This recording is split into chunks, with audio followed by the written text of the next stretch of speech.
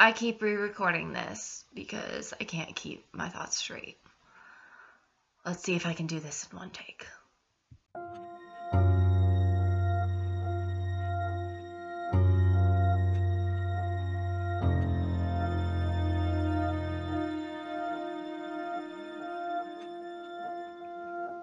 I thought that the people I grew up with were better than that.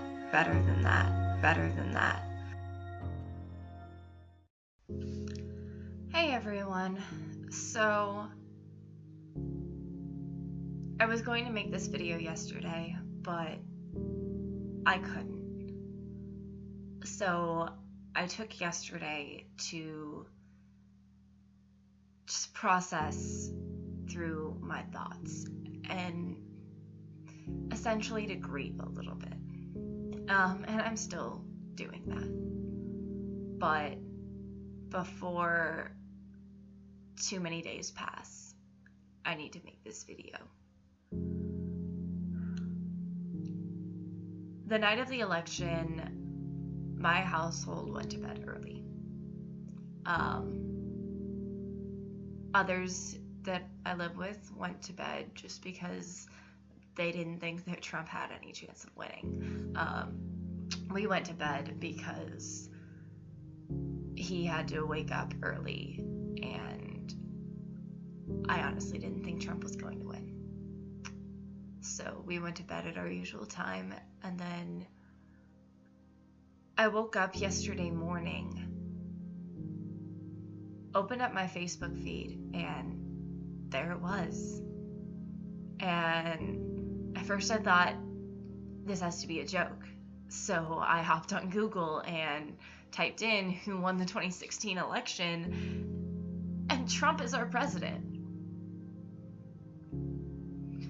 And one of the worst parts is knowing that I know people who actually stood behind him, who actually voted for him, who looked at everything that he had to say and everything that he stands for that I stand against, and said, yeah, he can be our president.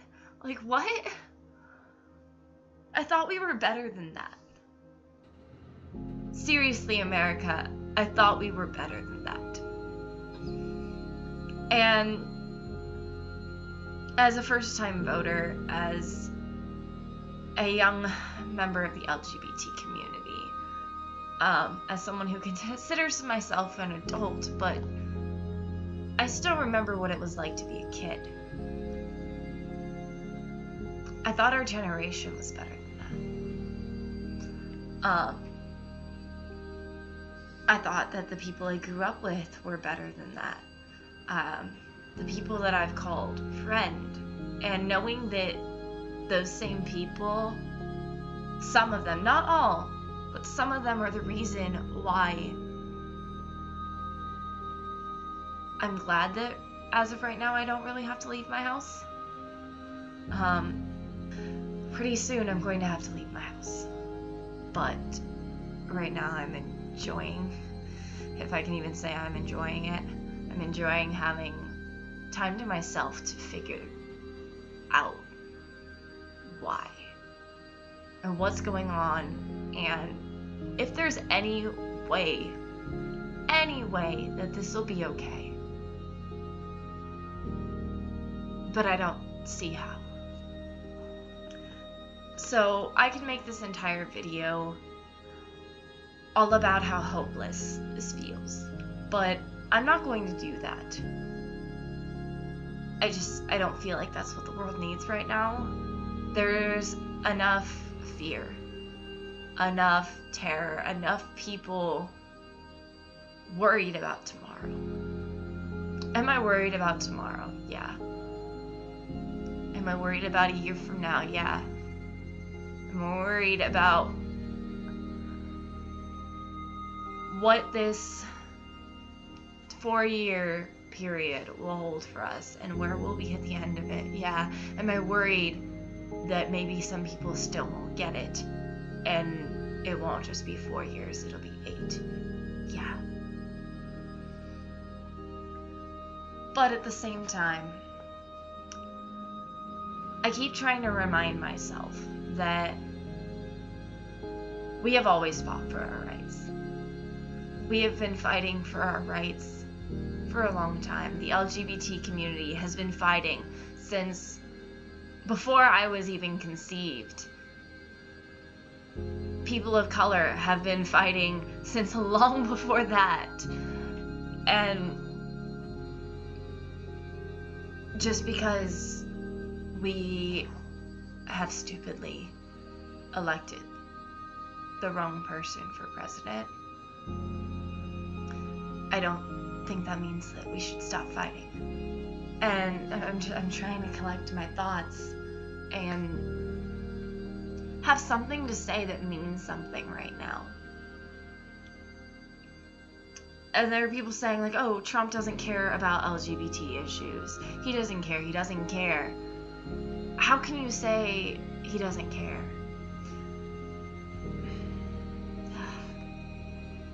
I'm trying to do this in one take and not have to keep re-recording and re-recording and re-recording, but what the hell, America? What the hell? The 20 states, I believe it is, that voted for Clinton, and the 2 that were leaning towards her, I believe it was. Thank you. But to the rest of the country, get your shit together. Because I don't quite understand why we've made so much progress and people just want to take us 10 steps back.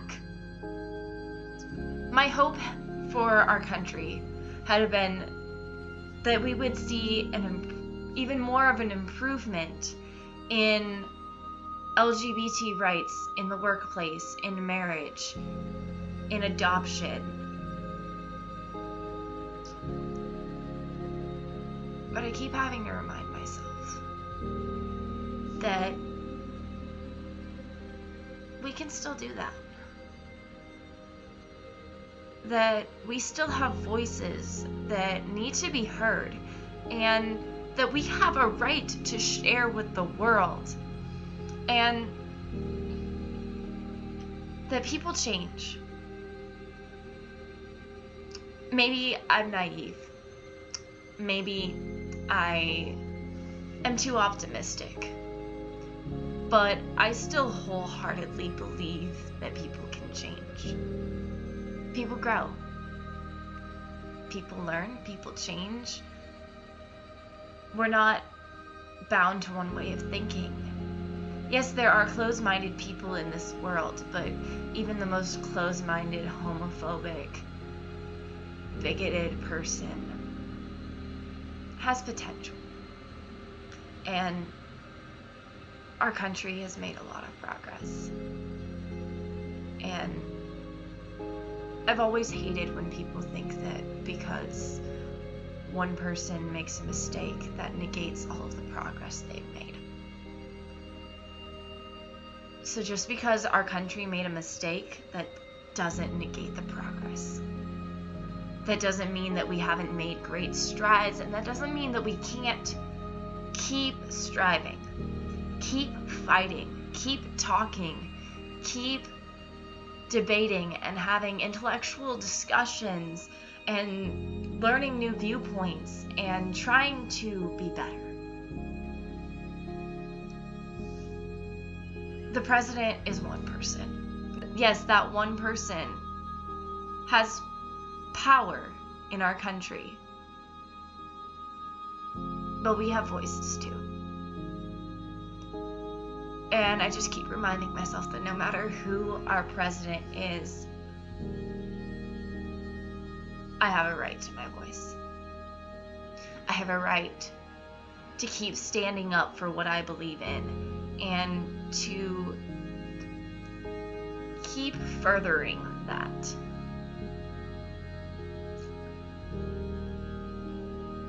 And you have a right to your voice. Don't be silenced.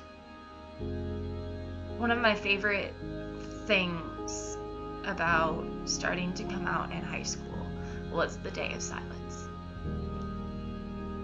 And every year I wrote "End the Silence" on my arm. Don't let them silence us. Don't let them take away your voice. They can't take away your voice unless you let them. Don't let them take away your happiness.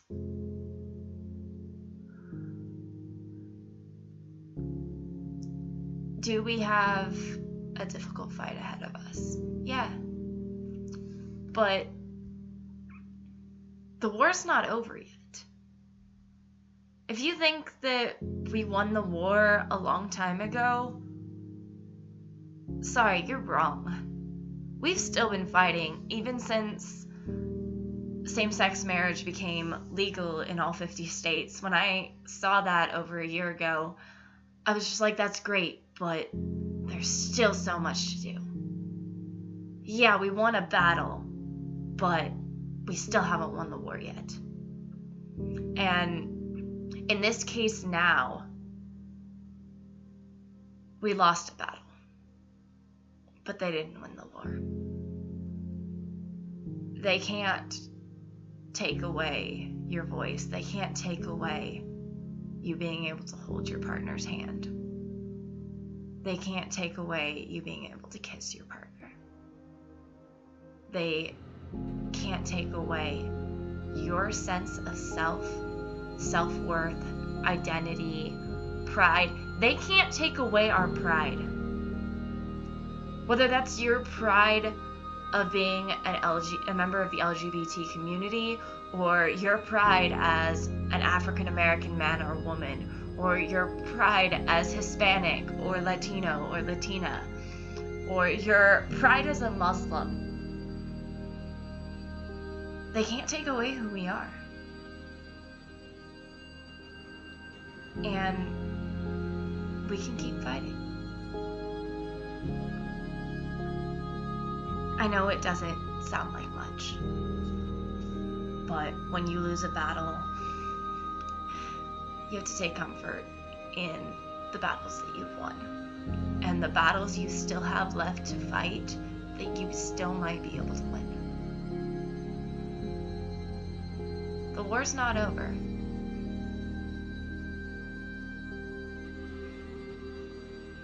For some reason, just saying that makes me feel better. It makes me so much happier. It eases my mind a little bit. It's not over.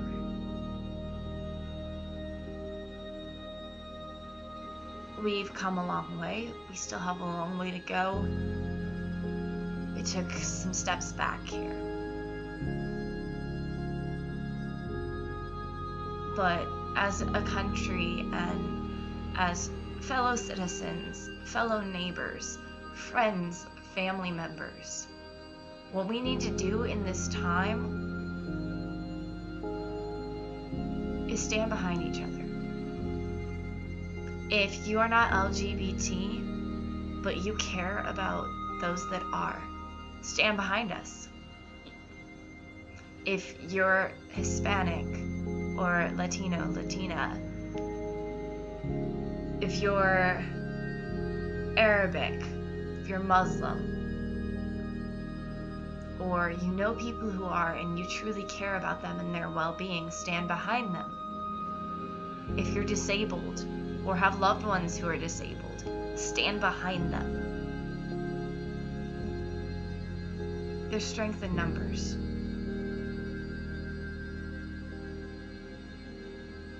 And it's not over till it's over.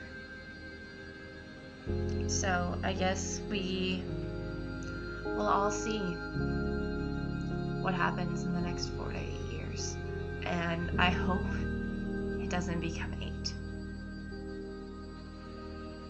And I hope, if nothing else, Trump's presidency will be a wake-up call. A wake-up call as to the devastation that bigotry and discrimination can cause.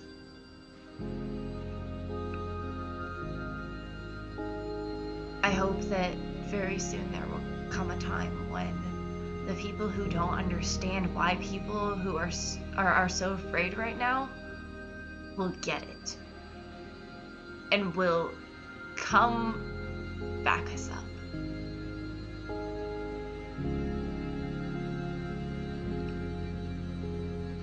I'm afraid for today's youth. And I expected more from my generation. From the millennials who say they're all about change and making our country better than how it was handed to us. Really? Like 90s babies, this is who you picked? This is who our country elected? I don't understand. But like I said, I still choose to see the best in people.